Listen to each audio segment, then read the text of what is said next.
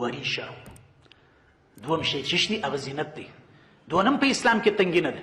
نن زموږ په ماحول معاشره کې چې سیرت بیانیږي د نبی کریم صلی الله علیه وسلم په سیرت کې عموما وایي نبی کریم علیه السلام د فقیري ژوند کوي، د درویشي ژوند یې کوي، اعلی شان یې نه اغوستل، بلکې داسې شان نبی کریم علیه السلام استعمالول په لباس کې چې هغه د تواضع علامه و، هغه د عجزي و انکساري و خاکساري علامه و.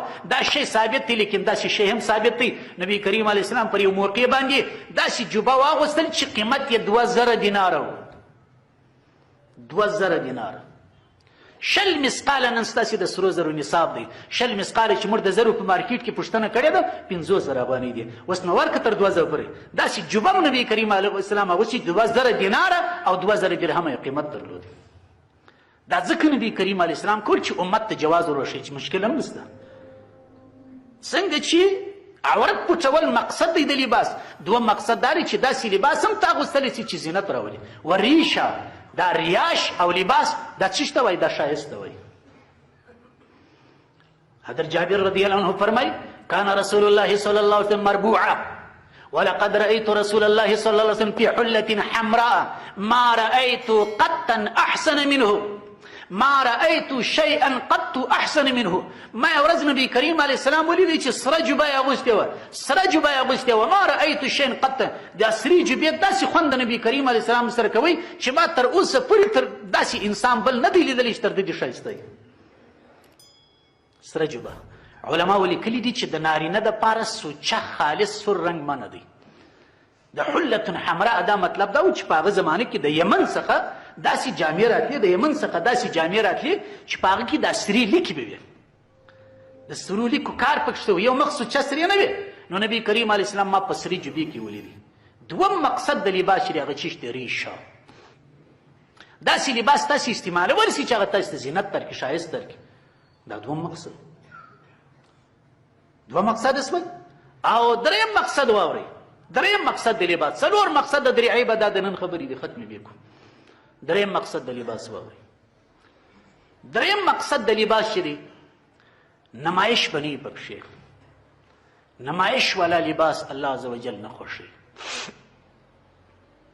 داسې لباس اغوستل شرعا حرام دی، کې نر اغوندي کې ښځې اغوندي، چې لباس اغوندي چې خلکو ته ځان غټ معلوم کړي.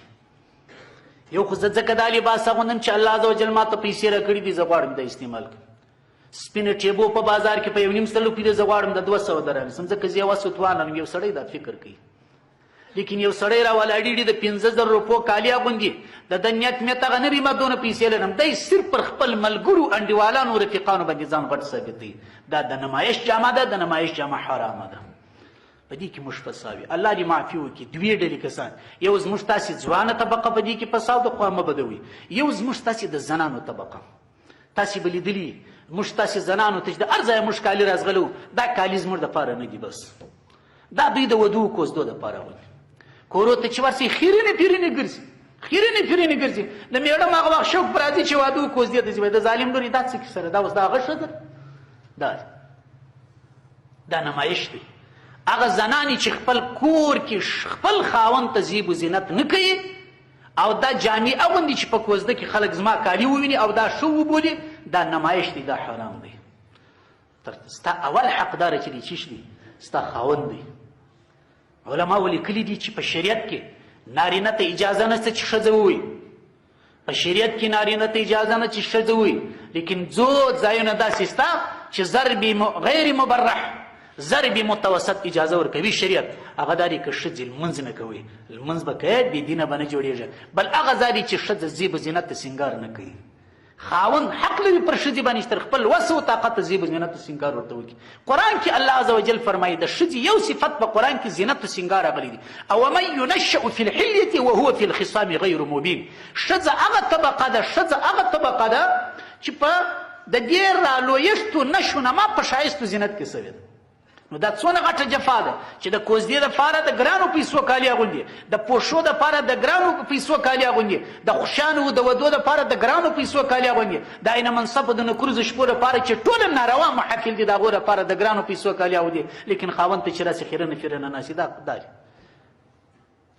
دریم شی چې هغه د لباس په صورت کې راځي چې هغه نمایش دی زموږ خلک به مبتلا دي دا حرام دي نمایش دغه ته وایي زه داسې لباس اغوندم چې خلکو ته ځان غټ ثابت کړم دوی تر ځان ښکته کړم او دوی حقیر وبولم بخاری شریف حدیث دی نبی کریم علیه السلام فرمای کل ما شئت ای زما امت ته چې خوښ مو هغه خوري والبس ما شئت څنګه لباس چې مو خوښ هغه اغوندئ ما اقطعتک اثنتان پام کوئ چې دوه شان مو پام کوئ چې دوه شان مو خطا نه کړي چیش دی صرف یو د اسراف څخه کار مه اخلئ ومخیلة بل د کبر غرور څخه کار مه اخلئ داسې جامې مه استعمالوئ چې هغه اسراف پکښې وي دومره غاړې رغول چې په 8,000 افغاني زموږ ستاسې پر دا موجوده اقتصاد باندې اسراف دی د الله بندګانو تس لري چې شي د الله بندګانو موږ لرو چې شي 1 کیلو ګاز دې 100 افغانۍ ته ولاړې ته د 10 کیلو ګاز مصرف نه لري لیکن غاړه دې د 10,000 افغانو اغوستې ده دا اسراف دی دلته بیا د مرشد ضرورت دی دلته بیا د مصلح ضرورت دی دلته بیا د استاد ضرورت دی ما ورته خپل په حال نه پوهېږو